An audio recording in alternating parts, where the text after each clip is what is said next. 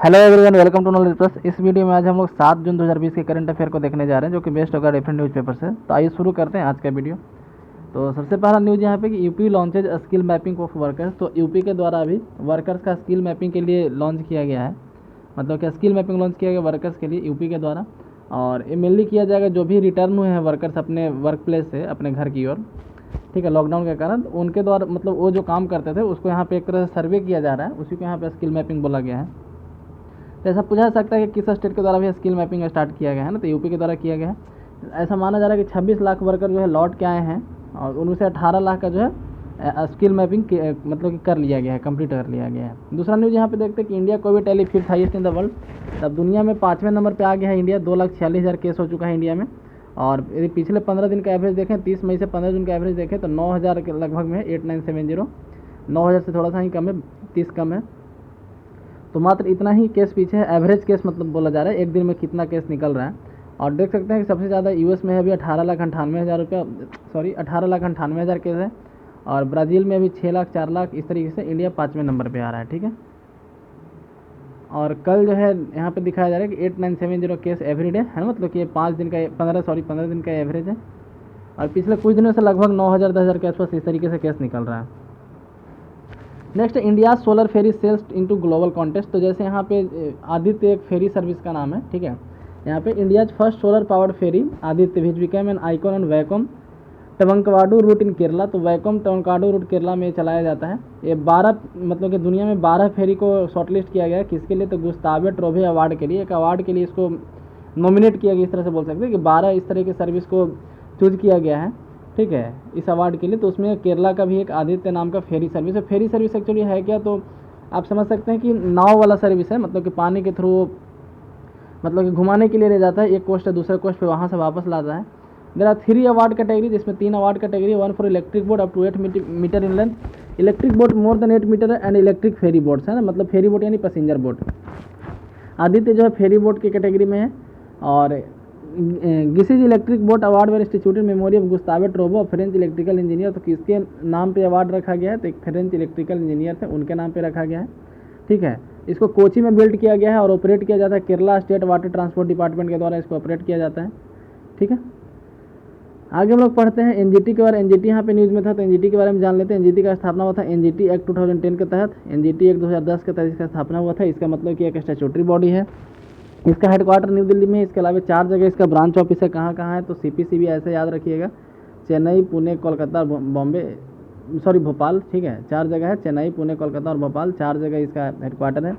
और इसके supreme court के रिटायर्ड जस्टिस इसके हेड होते हैं। और इसको 6 महीने के अंदर सारे केस का निपटारा करना होता है। इंडिया में जितने भी इन्वायरमेंटल लॉ है सब में एनजीटी डील करता है। मेनली इन्वायरमेंटल क्राइम को देखता है, लेकिन 2 लॉ को नहीं देखता, वाइल्ड लाइफ प्रोटेक्शन एक्ट 1972 और एक है forest protection act, Indian forest protection act 1927। तो 1972 और 27 मतलब 2 ईयर के एक्ट को नहीं देखता है, बाकी सारे इन्वायरमेंटल एक्ट को देखता है। ये प्रिंसिपल ऑफ नेचुरल जस्टिस को फॉलो करता है। प्रिंसिपल ऑफ नेचुरल जस्टिस क्या होता है? यानी कोई भी आदमी अपने केस में जज नहीं हो सकता और बिना किसी को सुने हुए सजा नहीं हो सकता, तो इसको बोलते हैं प्रिंसिपल ऑफ नेचुरल जस्टिस। तो NGT principle of natural justice को फॉलो करता है। नेक्स्ट है यहाँ पे एनएसए इन्वोक अगेंस्ट 4 प्रोटेस्टर। तो 4 प्रोटेस्टर के अगेंस्ट एनएसए लगाया गया। तो हम लोग एनएसए के बारे में जान लेते हैं। एनएसए कब आया था? तो एनएसए इंदिरा गांधी के द्वारा लाया गया था, 23 सितंबर 1980 को लाया गया था, ठीक है। 23 सितंबर 1980 को एनएसए यानी कि नेशनल सिक्योरिटी एक्ट, हिंदी में इसको बोलते हैं राष्ट्रीय सुरक्षा कानून, रासुका ऐसे शॉर्ट में बोल दिया जाता है। हिंदी न्यूज़पेपर पढ़िए तो वहाँ पर रासुका लिखा रहता है, ठीक है। तो एनएसए एक्ट 1980 में आया था, 23 सितंबर 1980 में। और इसके तहत क्या है कि गवर्नमेंट जो है बिना चार्जशीट दायर किए, मतलब बिना कोर्ट में पेश किए 12 महीने तक आपको जेल रख सकती है, और मतलब बिना कोर्ट को बताया 12 महीने जेल में रख सकते हैं बिना आपको कोर्ट में पेश किए हुए। इसके अलावा इसको पुलिस जब अरेस्ट करता है तो 5 दिन के अंदर जो है स्टेट गवर्नमेंट को कंफर्म करना पड़ता है अरेस्ट को, ठीक है। मतलब कि इसकी अरेस्ट तो कोई पुलिस ही करेगा ना, लोकल पुलिस ऑफिसर करेगा, जिला का जो एसपी है उसके तहत कोई पुलिस करेगा। तो फिर स्टेट गवर्नमेंट को बताता है कि एनएसए लगाए हैं, मतलब इसके ऊपर, तो स्टेट गवर्नमेंट कन्फर्म करता है कि हाँ इसके ऊपर एनएसए लगता है, मतलब लगाना चाहिए या नहीं। तो 5 दिन के अंदर कन्फर्म करना पड़ा होता है। लेकिन किसी किसी केस में 10 से 12 दिन का भी टाइम मिलता है। कहने का मतलब क्या हुआ कि मैक्सिमम 12 दिन तक जो है बिना स्टेट को बताए पुलिस भी इसके तहत जेल में रख सकता है, ठीक है। और स्टेट जो है बिना कोर्ट के बताए 12 मंथ तक इसको रख सकता है। इसमें जो है आदमी को बताया भी, मतलब कि 5 दिन तक ये बताया भी नहीं जाता है कि आपको अरेस्ट किया गया है, किस किस केस में अरेस्ट किया गया ये भी नहीं बताया जाता 5 दिन तक।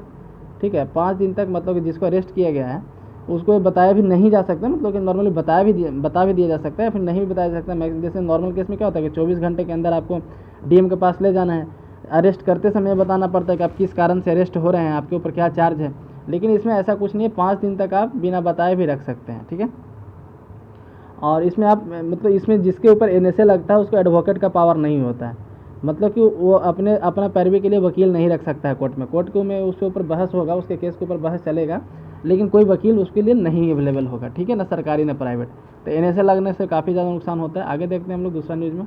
All 6 want Khalistan Akal Takht head. Akal Takht के हेड जो है, अकाल तख्त कहने का मतलब कि जो गोल्डन टेम्पल है उनके जो अभी हेड है, उनका कहना है कि सारे सिखों का एक इच्छा है कि खालिस्तान बने। खालिस्तान एक्चुअली क्या है, तो मतलब कि इंडिया का जो पाकिस्तान वाला रीजन है, पाकिस्तान में जो पंजाब वाला रीजन है और इंडिया का जो पंजाब वाला रीजन है, उतने दूर को मिला करके खालिस्तान बनाने का कोशिश किया जा रहा है। ठीक है, एक्चुअली ये पाकिस्तान के द्वारा सपोर्ट किया जाता है खालिस्तान को, और एक तरह से बोलते हैं देश को अलग करने का एक खालिस्तान अलग देश बनाने के लिए लोग के द्वारा सोचा जाता है। पंजाब, इंडिया का पंजाब और उधर का पंजाब वाले दोनों रीजन को मिला करके खालिस्तान को इसे सपोर्ट किया जाता है। इसको पाकिस्तान के द्वारा सपोर्ट प्राप्त है ताकि इंडिया जो जम्मू कश्मीर में मतलब जम्मू कश्मीर जाने का इंडिया का रास्ता थोड़ा सा पतला हो जाए। वहाँ पे 2 ही स्टेट है ना, इधर से पंजाब इधर से हिमाचल है, यहाँ पे काफ़ी पतला हो जाता है। तो इधर से पंजाब यदि अलग देश बन जाएगा तो हिमाचल से ही जाने का रास्ता बचेगा जम्मू कश्मीर में, तो फिर पाकिस्तान उसको आसानी से ब्लॉक कर सकता है या फिर चाइना उसको ब्लॉक कर सकता है। तो मेनली ये पाकिस्तान सपोर्टेड है खालिस्तान मूवमेंट। 1980 के समय में खालिस्तान मूवमेंट काफ़ी ज़्यादा अपने पीक पर था, ऐसा बोल सकते हैं। ऑपरेशन ब्लू स्टार इसी से रिलेटेड है, इंदिरा गांधी के द्वारा किया गया था और उसी के फलस्वरूप उनको मार दिया गया था मतलब। तो उसी ऑपरेशन ब्लू स्टार के 36th एनिवर्सरी ही था। ठीक है, कल। तो टेम्पल प्रेमिसेस में मतलब कि गोल्डन टेम्पल के अंदर खालिस्तान के सपोर्ट में काफ़ी नारा लग रहा था। ठीक है, तो एक रिपोर्टर से बात करते हुए इसके जो चीफ हैं अभी ज्ञानी हरप्रीत सिंह, इनके द्वारा कहा गया कि अकाल तख्त के जो हेड है उनके द्वारा कहा गया कि सारे दुनिया में जितने सिख हैं उनका इच्छा है कि खालिस्तान एक अलग देश बने। ठीक है, और एक किस मौके पर बोल रहे थे, 36th anniversary of operation blue star. Operation blue star याद रखिएगा, इसी से रिलेटेड है, खालिस्तान मूवमेंट से रिलेटेड है। 1980 के ज़माने में मूवमेंट काफ़ी पीक पे था, दुनिया में इस पर काफ़ी ज़्यादा बहस वगैरह चल रहा था। ठीक है, हालांकि उसके बाद फिर शांत हो गया था मुद्दा। Next, ISRO and ARIES tie up to space monitoring studies. ISRO जो है अभी एक संस्था के साथ मिल करके स्पेस स्टडीज़ के लिए मेमोरेंडम फॉर अंडरस्टैंडिंग साइन किया है, मतलब एक समझौते पर हस्ताक्षर किया है। उस इंस्टीट्यूट का नाम है Aryabhatta research institute of observational sciences Nainital में। तो याद रखिए इंस्टीट्यूट का नैनीताल में है, और इसरो के द्वारा भी दोनों मिल करके बोला गया, मतलब कि इससे इसरो को कोई फ़ायदा नहीं होने वाला है, इस इंस्टीट्यूट को फ़ायदा होने वाला है ना। तो ये दोनों मिल करके स्पेस मॉनिटरिंग स्टडीज़ करेंगे। नेक्स्ट, एमिड पेंडेमिक पद्म अवार्ड पोर्टल गोज लाइव। तो पद्म अवार्ड एक्चुअली दिया कैसे जाता है, तो 2014 के पहले रूल था कि बाई लेटर आप किसी को नॉमिनेट कर सकते हैं, मतलब कि एक लेटर भेजने का टाइम इशू किया जाता था कि आप इतना से इतना दिन के बीच में चिट्ठी भेज के आप किसी को नॉमिनेट कीजिए कि इस बार पद्म अवार्ड किसको मिलना चाहिए। मतलब यदि आपके नज़र में कोई है ना कि कोई अच्छा काम कर रहा है, तो आप भी जो है पद्म अवार्ड के लिए उसको भेज सकते हैं नाम कि हमारे गाँव में एक ऐसे आदमी है जो इस तरह से समाज की सेवा करते हैं, हम चाहते हैं उनको पद्म अवार्ड मिले। ठीक है, तो पहले प्रोसेस ऑफलाइन हुआ करता था काफ़ी, मतलब तो ऑफलाइन होता था, आदमी उतना इंटरेस्टेड नहीं रहता था। लेकिन 2014 में जो है पहली बार इसको ऑनलाइन किया गया था। ठीक है, 2014 में इसको पहली बार ऑनलाइन किया गया था, जिसके कारण से क्या हुआ कि लोग ज़्यादा इंटरेस्टेड हुए, लोग घर बैठे नॉमिनेट कर रहे थे। तो यही कारण है कि अब जो है जैसे यहाँ पे दिखाया जा रहा है कि in the past fever specially after 2014 many unsung heroes have shared honours. तो यही मतलब कारण यही बताया जा रहा है कि 2014 के बाद से ऐसा देखने को मिलता है, काफ़ी ऐसे ऐसे लोगों को मिलता है जो काफ़ी कम फेमस थे, मतलब नहीं के बराबर फेमस थे। जैसे पहले पद्म अवार्ड हीरो हीरोइन या फिर बड़े लीडर्स वगैरह तक ही सीमित था, लेकिन अब जो है ये स्थिति नहीं है। आप लोग पद्म अवार्ड जब मिलता है देखिए काफ़ी पिछड़े जिले के लोगों को भी मिल रहा है आजकल। तो इसका रीज़न यही कि लोग नॉमिनेट कर रहे हैं, नॉमिनेट ऑनलाइन हो रहा है तो काफ़ी आसान हो चुका है, पहले ऑफलाइन नॉमिनेट किया जाता था। इस बार एक नया सिस्टम लाया गया कि आप भारत रत्न के लिए भी नॉमिनेट कर सकते हैं। ठीक है, इधर हाँ देखिए यहाँ दिया था कि as per convention to past Bharat Ratna and Padma Vibhushan. ठीक है, तो भारत रत्न और पद्म विभूषण मतलब कि हर पद्म पहले क्या था कि पद्म अवार्ड के लिए ही नॉमिनेट किया जाता, भारत रत्न के लिए नॉमिनेशन नहीं जाता था। ठीक है, लेकिन अब बताया जा रहा है कि भारत रत्न के लिए हम नॉमिनेट कर सकते हैं। तो यदि आप किसी को नॉमिनेट करना चाहते हैं तो 15 सितंबर के पहले उसका नाम आप भेज सकते हैं पद्म अवार्ड के साइट पर जाकर के, और 800 वर्ड में डिस्क्रिप्शन लिखना पड़ेगा कि हाँ आपको मतलब क्यों उनको पद्म अवार्ड देना चाहिए, क्या किस तरह का काम वो करते हैं समाज सेवा में। उसके अलावा फिर यहाँ पे दिया जाए कि वरीयता दिया जाता है, मतलब कुछ लोगों को इसमें ज़्यादा वेटेज दिया जाता है जो वीकर सेक्शन से आते हैं, schedule caste, schedule tribe, women है ना, ऐसे लोगों को, और या फिर जो पब्लिक सर्विस का काम करते हैं, उसके अलावा जो डिजेबल पीपल हैं, उन लोगों को ज़्यादा यहाँ पे प्रेफरेंस दिया जाता है। ठीक है, नेक्स्ट हम लोग देखते हैं सीबीएसई टू रिड्यूस सिलेबस। तो सीबीएसई जो है रिड्यूस्ड सिलेबस, मतलब सिलेबस को थोड़ा कम करके अभी रिलीज करने वाला है। मतलब माना जा रहा है कि 30% तक सिलेबस में कट किया जाएगा, ऐसा माना जा रहा है। अभी कंफर्म न्यूज़ नहीं है, जो भी होगा आगे हम लोग डिस्कस करेंगे, लेकिन ऐसा माना जा रहा है कि 30% तक सिलेबस में कट किया जाएगा। और उसके अलावा यहाँ बताया गया कि 20% केस बेस्ड सिचुएशन होगा। ठीक है, 20% केस बेस्ड सिचुएशन होगा जिस which have a real life connection, there will 10% such question in the class 12। तो क्लास 10 में जो है 20% केस स्टडी वाले क्वेश्चन होंगे। अभी भी एक आई थिंक 5 मार्क्स का एक क्वेश्चन आता है 100 में, जो बोर्ड एग्जाम होता है 80 में, उसमें 5 मार्क्स का क्वेश्चन आता है जो केस स्टडी के जैसा रहता है कि इमेजिन डेट यू आर, उस वहाँ पे एक नाम लिखा है कि let you are Manish you are going in market you see, इस तरीके से रहेगा। और वहाँ पे साइंस से रिलेटेड कुछ वहाँ पे क्वेश्चन दिया बनाना रहता है। तो उसी तरह का क्वेश्चन को 20% किया जाएगा क्लास 10th में, और क्लास 12th में इसको 10% इस तरह का क्वेश्चन होगा। ठीक है, तो यहाँ पे कुछ चेंजिंग किया जाएगा इसमें, ताकि लोग जो है मतलब नहीं भी पढ़ के जाए तो पास हो सके। क्योंकि मान लीजिए 80 मार्क्स का एग्जाम हो रहा है, तो 16 मार्क्स का केस स्टडी वाले क्वेश्चन है, तो बच्चा जो है उसको खुद मतलब आम जीवन में जो देख रहा है उसके हिसाब से उसको लिखना वहाँ पे। तो वहाँ पे इतने मार्क्स मान लीजिए कि 10-12 भी स्कोर कर पाता है तो थोड़ा बेनिफिट होगा उसके लिए पास करने में। ठीक है, नेक्स्ट यहाँ पे ब्राज़ील कुड क्विट WHO वांस बोल्सोनारो। तो ब्राज़ील का भी ब्राज़ील के जो भी प्रेसिडेंट है जायर बोल्सोनारो, उनका कहना है कि ब्राज़ील WHO छोड़ सकता है। हाल ही में न्यूज़ आया कि यूएस जो है WHO को छोड़ने वाला है। एक्चुअली सारा रिश्ता अपना कट ऑफ कर लिया है। उसके पहले WHO का जो फंडिंग जाता था यूएस से, उसको भी बंद कर दिया गया था यूएस के द्वारा। अब ब्राज़ील भी इस तरह की बात कर रहा है। WHO का स्थापना हुआ था 7 अप्रैल 1948 को, 7 अप्रैल 1948 का स्थापना हुआ था। जेनेवा में इसका हेडक्वार्टर है। ठीक है, नेक्स्ट हम लोग देखते हैं कि सस्पेंड इम्पोर्ट ऑफ रबड़ उपासी। उपासी एक कहा जा रहा है, उपासी एक बॉडी है, एक ऑर्गेनाइजेशन है, उसके द्वारा कहा गया है कि रबड़ के इंपोर्ट को सस्पेंड कर दिया जाए। मतलब विदेश से जो रबड़ आ रहा है उसको भी बंद कर दिया जाए, ताकि यहाँ के लोगों का जो रबड़ है, ठीक है, रबड़ पेड़ से निकलता है, तो यहाँ का जो लोगों का रबड़ है, खास करके साउथ इंडिया में जो प्रोड्यूस होता है कर्नाटका वाले रीजन में, उसको थोड़ा बेनिफिट मिल सके। ठीक है, बाहर से एक्सपोर्ट को भी बंद कर जाए, ऐसा इसका कहना है। तो हम लोग उपासी के बारे में जान लेते हैं। इसका स्थापना हुआ 1893 में। तमिलनाडु में इसका हेडक्वार्टर, आई थिंक कुन्नूर में इसका हेडक्वार्टर है, तमिलनाडु के कुन्नूर में इसका हेडक्वार्टर है। और 1893 में 1893 में इसका स्थापना हुआ था। ये मतलब कि टॉप लेवल का बॉडी है for the planters of T, coffee, रबड़, पीपर एंड कार्डमम। तो कौन कौन प्लांट, मतलब किस किस प्लांट के प्लांटर्स के लिए है? तो टी, कॉफ़ी, रबड़, पीपर and cardamom of south India. ठीक है, इसका फुल फॉर्म इस तरीके का होता है, United planter association of southern Indian. ठीक है, तो इस तरीके से इसके द्वारा बताया गया कि नेचुरल रबड़ का जो इंपोर्ट हो रहा है, खास करके ब्राज़ील से हमारे यहाँ रबड़ का इंपोर्ट होता है, उसको भी बंद कर दिया जाता है ताकि यहाँ के किसानों को फायदा हो। नेक्स्ट है पोचिंग डबल ड्यूरिंग लॉकडाउन से wildlife trade monitoring group. तो wildlife trade monitoring group के द्वारा कहा गया है कि पोचिंग का जो प्रोसेस, मतलब कि शिकारी का संख्या ज़्यादा बढ़ गया। 2 दिन पहले भी इस तरह का हम लोग न्यूज़ डिस्कस किए थे कि पोचिंग बढ़ गया है, लेकिन पोचिंग अब ट्रेड के पर्पज से नहीं बल्कि मीट के पर्पज से बढ़ गया है। ठीक है, तो हम लोग यहाँ पे एक बॉडी मेंशन है ट्रैफिक के बारे में हम लोग पढ़ लेते हैं। तो एक तरह का NGO है जिसका काम है इलीगल ट्रेड को मॉनिटर करना प्लांट और एनिमल स्पीसीज में। मतलब यदि किसी प्लांट या एनिमल स्पीसीज का मतलब कि इलीगल ट्रेड हो रहा है तो वहाँ पे ट्रैफिक इसको मॉनिटर करता है। एक NGO है, याद रखिए, कोई सरकार का ऑर्गेनाइजेशन नहीं, एक NGO है। और इसको बनाया गया था WWF और IUCN के द्वारा मिल के इसको बनाया गया था। WWF यानी कि वर्ल्ड वाइल्ड लाइफ फंड, और IUCN यानी कि international union of conservation of nature. ठीक है, ये दोनों मिल के इसके द्वारा बनाया, ये दोनों के द्वारा बनाया गया था। NGO है एक, ठीक है, ट्रैफिक एक NGO है, और प्लांट और एनिमल दोनों में काम करता है, याद रखिएगा। इसका हेडक्वार्टर कैम्ब्रिज में है, कैम्ब्रिज UK में है। इसका हेडक्वार्टर UK के कैम्ब्रिज में। इसको बनाया गया था 1976 में, 1976 में इसको बनाया गया था। नेक्स्ट न्यूज़ हम लोग देखते हैं surplus wheat at 125 lakh tonne MP only next to Punjab. तो यहाँ पे बताया गया है कि सरप्लस व्हीट, मतलब कि इंडिया में सबसे ज़्यादा कहाँ पे व्हीट प्रोड्यूस होता है? तो पंजाब में होता है। ठीक है, सबसे ज़्यादा व्हीट प्रोड्यूसिंग रीजन है पंजाब में, मतलब सबसे ज़्यादा व्हीट प्रोड्यूस होता है पंजाब में।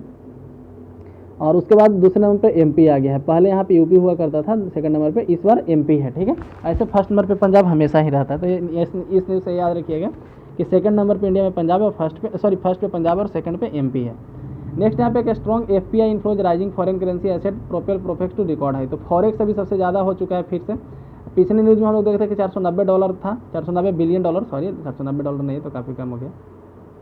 ठीक है, और अभी जो है 29 मार्च का ये डाटा है कि 493 बिलियन डॉलर है। तो पिछले कुछ दिन का आप देख सकते हैं किस तरीके से फॉरेक्स घट बढ़ रहा है। जैसे 487 था, उसके बाद 481 हुआ, क्योंकि लॉकडाउन के कारण आरबीआई कुछ पैसा सरकार को दिया था, फिर और कम गया, फिर बढ़ता गया, फिर कम गया, है ना। अब बढ़ते बढ़ते 493 बिलियन तक पहुँच चुका है। तो ये काफ़ी ज़्यादा रिजर्व है, ठीक है। आई थिंक बहुत सारे कंट्री का इतना इकोनॉमी पूरा जीडीपी नहीं होता इतना जितना इतना पैसा है। और इसका रीज़न क्या है, तो एफपीआई इनफ्लो काफ़ी बढ़ा है, फॉरेन पोर्टफोलियो इन्वेस्टमेंट काफ़ी बढ़ा है। फॉरेन पोर्टफोलियो इन्वेस्टमेंट को बोलते हैं, इसको हॉट मनी भी बोला जाता है। एफपीआई को हॉट मनी भी बोला जाता है। यदि कोई विदेशी नागरिक इंडिया में इन्वेस्ट करता है करेंसी के फॉर्म में, मतलब कि नगद कैश रिजर्व यहाँ पे करता है, नगद कैश में इन्वेस्टमेंट करता है, तो उसको लोग एफपीआई बोलते हैं, ठीक है।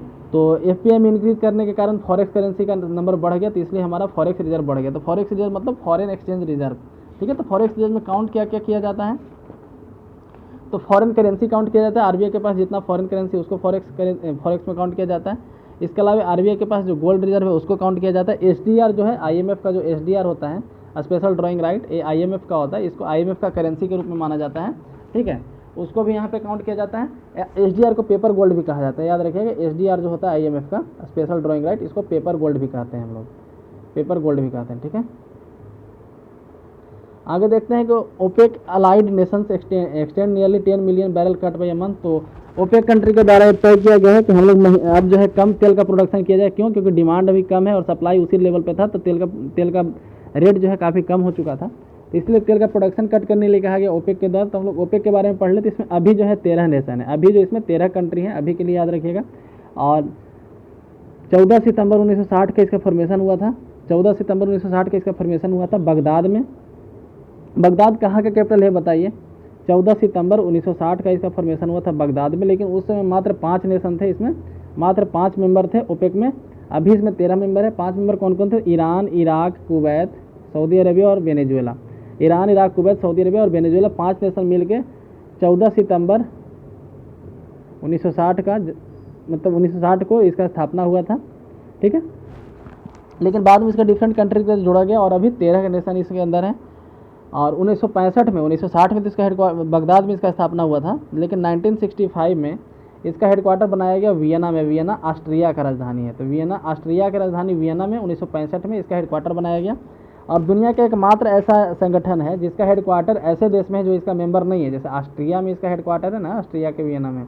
ऑस्ट्रिया ओपेक का मेंबर नहीं है, ऑस्ट्रिया जो है ओपेक का मेंबर नहीं है। तो ये क्वेश्चन इस तरीके से ही पूछा जाता है कि कौन सा ऐसा ऑर्गेनाइजेशन है जिसका हेडक्वार्टर ऐसे देश में है जो उसका मेंबर नहीं है। तो यहाँ पे क्लियर है, ओपेक का होगा। 1965 में वियना में बनाया गया था हेडक्वार्टर। हालांकि इसका स्थापना 14 सितंबर 1960 को हुआ था बगदाद में, ठीक है। ओपेक में कौन कौन देश अभी आते हैं?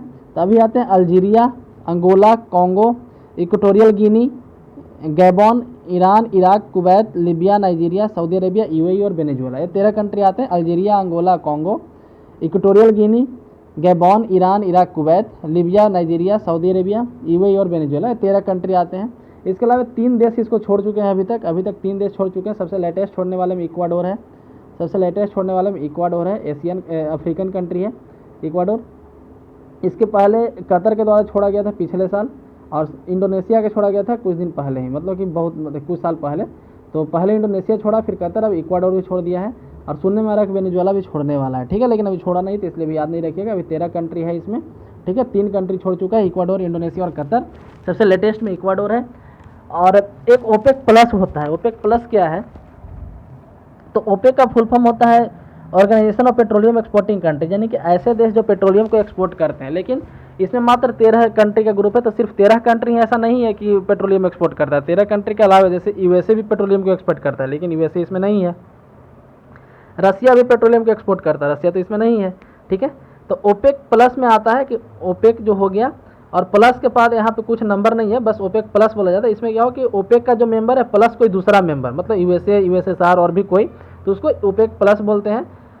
तो इसका स्थापना 2016 में हुआ था। तो ओपेक प्लस कोई ऑर्गेनाइजेशन नहीं है, ठीक है, बस वो एक मीडिया का एक टर्म है। ओपेक प्लस कहने होते हैं कि ये 13 कंट्री और जो भी पेट्रोलियम एक्सपोर्ट करते हैं वो सब कंट्री, ठीक है। तो ओपेक प्लस 2016 में स्थापित किया गया था। तो ये था आज के न्यूज़ डिस्कशन से। यदि वीडियो पसंद आए तो लाइक करें, चैनल को सब्सक्राइब करें। धन्यवाद।